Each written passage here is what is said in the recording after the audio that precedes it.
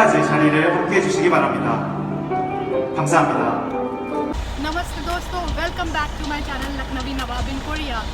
तो क्या आपको जानना है कि कोरियन शादी और इंडियन शादी में क्या फ़र्क है? तो चलिए हम आपको दिखाते हैं अपने वीडियो में। हेलो दोस्तों, तो आज हम आपको बताने वाले हैं कि इंडियन शादी और कोरियन शादी में क्या डिफरेंस होता है। आज हमको मेरी बहुत ही ख़ास दोस्त कि मेरी सोगांग यूनिवर्सिटी में लैंग्वेज ट्रेनिंग के टाइम मेरी बड़ी थी, तो उसने मेरी काफ़ी मदद की और हमारी दोस्ती काफ़ी अच्छी है और हम उससे काफ़ी मिलते भी रहते हैं। तो फाइनली उसकी शादी थी तो उसने हमको इनवाइट किया और आज हम अपनी फ्रेंड की शादी में गए और हमको बहुत मज़ा आया। तो हम आपको आज बताने वाले हैं कि कोरियन शादी और इंडियन वेडिंग में क्या डिफरेंस है। सबसे बड़ा डिफरेंस है कि यहाँ पे जो ब्राइड होती है वो वाइट ड्रेस पहनती है। 박수 부탁드립니다. जो कि हमारे देश में हम लोग किसी के मरने पे पहनते हैं, लेकिन ये थोड़ा सा वेस्टर्न कल्चर से काफ़ी मिलता है, क्योंकि आप देखेंगे वेस्टर्न कल्चर में भी लोग वाइट गाउन पहनते हैं और इंडियन वेडिंग में मोस्टली रेड के शेड होते हैं, रेड, पिंक, ऑरेंज, कभी कभार येलो। तो इन सब शेड्स की ड्रेसेस पहनते हैं। और जहाँ तक कि ग्रूम की बात है तो ग्रूम इंडिया और कोरिया में लगभग सेम ड्रेस होती है, कोट सूट पहनते हैं, लेकिन इंडिया में कभी कभार शेरवानी भी पहन लेते हैं या फिर कुर्ता पजामा, जैसे भी जो जिसको सही लगे वो पहनता है। लेकिन यहाँ पर जो ग्रूम होता है वो हमेशा सूट पहनता है। तो अब हम आपको बताते हैं कि जो मेहमान आते हैं शादी में वो किस रंग के कपड़े पहनते हैं।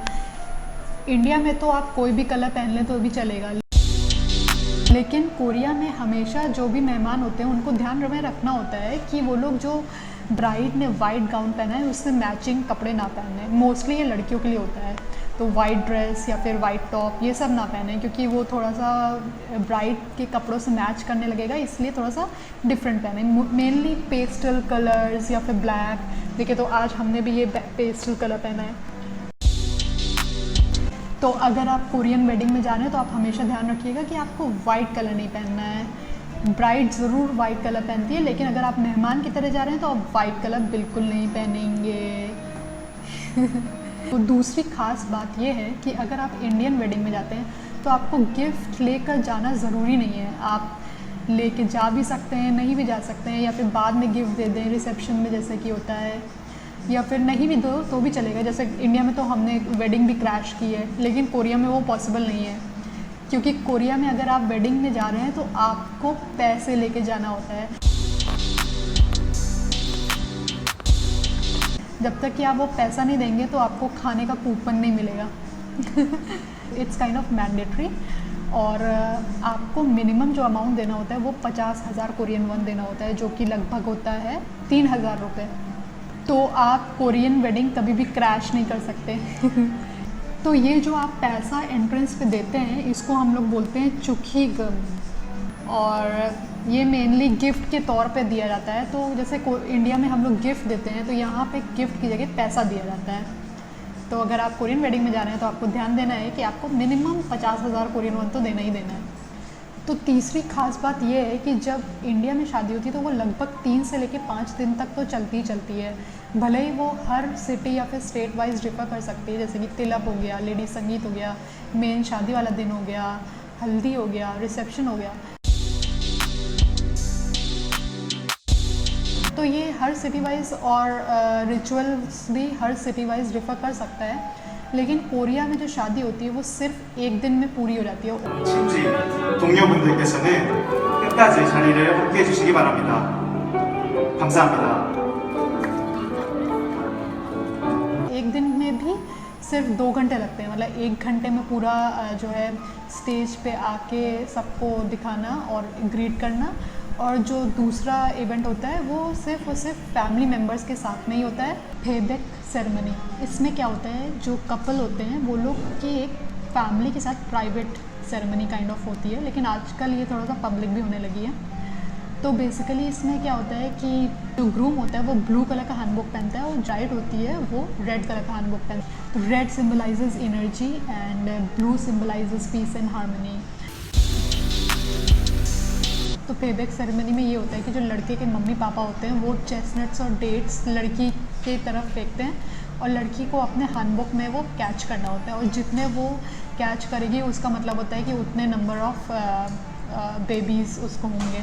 तो यहाँ पे पुराने ज़माने में ये बोला जाता था कि जितने बच्चे हों उतना मतलब हेल्दी एंड प्रॉस्परस लाइफ है आपकी। 2 घंटे में इनकी पूरी शादी कंप्लीट हो जाती है। तो ये एक चीज़ है जो कि बहुत ज़्यादा डिफ़र करती है इंडियन और कोरियन वेडिंग्स में। तो एक और ख़ास चीज़ हमने जो नोटिस की वो ये है कि जैसे कि अगर इंडियन वेडिंग होती है तो उसमें हर धर्म के हिसाब से कोई ना कोई रिलीजियस पर्सन प्रेजेंट होता है। जैसे कि हिंदूज़ में पंडित होते हैं तो उनको बुलाया जाता है कि आके सारा रिचुअल्स करें, लेकिन कोरिया में ऐसा कोई भी रिलीजियस पर्सन का होना ज़रूरी नहीं है। जो आज हम शादी में गए थे उसमें हमने ये देखा कि जो ग्रूम था उसके फ्रेंड ने सारी चीज़ें अनाउंस की और उस हिसाब से सारी चीज़ें होती गई। मतलब कि उसने बोला कि तो अब आ रहे हैं ग्रूम। 신랑 입장! 네, 신랑이 입장에 들어오겠습니다. 뜨거운 박수 부탁드리겠습니다.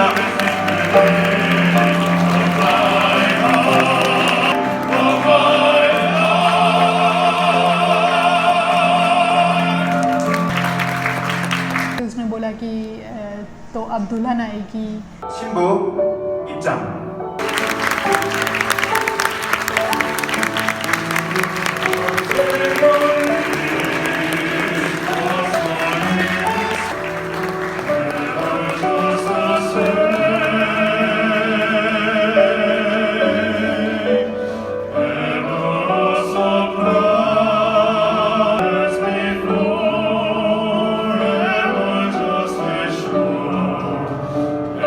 फिर अब दूल्हा दुल्हन अपने पेरेंट्स को ग्रीट करेंगे। 그럼 서로 사랑하는 눈빛과 존경하는 마음을 담아 인사를 드리도록 하겠습니다.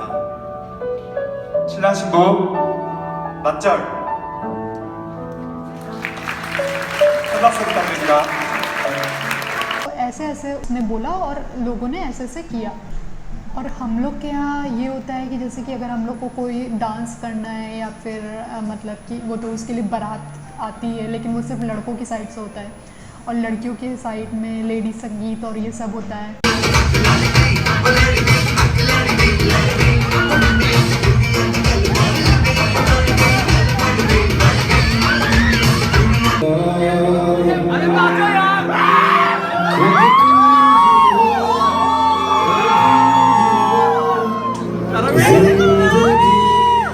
कोरियन वेडिंग में ये होता है कि जो कोरियन वेडिंग 1 घंटे की है उसी में आपके कुछ लिमिटेड लोग, आपके कज़न या फिर आपके दोस्त आके कुछ परफॉर्म करेंगे, जैसे कि गाना गा दिया या फिर कोई इंस्ट्रूमेंट प्ले कर दिया या फिर कोई पोएम गा दी।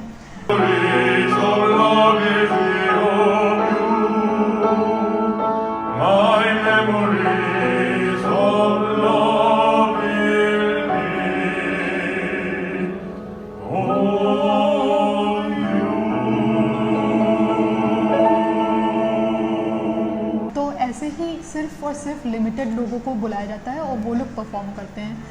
तो ये नहीं है कि पूरा मतलब घर चला रहा है और डांस कर रहा है स्टेज पे, वो सब कुछ नहीं होता है। तो ये एक बहुत ज़्यादा बड़ा डिफरेंस है इंडियन और कोरियन वेडिंग में। एक और ख़ास डिफरेंस ये है कि इंडियन शादी में बहुत सारे धर्मों में विदाई भी होती है, जिसमें कि दुल्हन रोती है और उसके घर वाले भी रोते हैं, क्योंकि इतने सालों बाद ऑब्वियसली दुल्हन अपने घर वालों को छोड़ के जा रही है दूसरे नए घर में, तो ऑब्वियसली रोएंगे ही। लेकिन यहाँ कोरिया में है कि शादी हुई 1 घंटे बाद और वो दुल्हन हंसते हंसते अपने हस्बैंड के घर चली जाती है।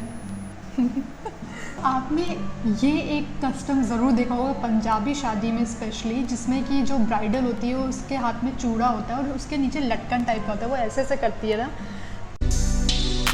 तो जिसके ऊपर गिरता है तो ये माना जाता है कि उसकी नेक्स्ट शादी होने वाली है। तो वैसे ही कोरियन शादी में भी होता है, लेकिन चूड़ा की जगह जो ब्राइड होती है उसके हाथ में बुके होता है और वो एक लड़की के तरफ ऐसे फेंकती है, तो जो कैच करता है उसका ये माना जाता है कि उसकी अगली शादी होने वाली है। तो ये इस केस में ये होता है कि लड़की को पहले से ही डिसाइड कर रखा होता है। तो ये एक टिपिकल क्रिश्चियन वेडिंग है, जो कि शायद वेस्टर्न कंट्रीज़ में भी ऐसे ही कस्टम फॉलो किए जाते हैं। तो आपने इस वीडियो के थ्रू देखा कि इंडिया में बहुत सारे कल्चर्स होते हैं वेडिंग को लेके और हर रिलीजन के हिसाब से डिफ़र करते हैं, राइट। बट कोरिया में एक ही तरह का कल्चर होता है और एक ही तरह की वेडिंग होती है। तो अगर आपको मेरा वीडियो अच्छा लगा हो तो आप मेरे चैनल को ज़रूर सब्सक्राइब करें और वीडियो को शेयर करना ना भूलें। हम आपको मिलते हैं अगले वीडियो में, तब तक के लिए बाय। हेलो।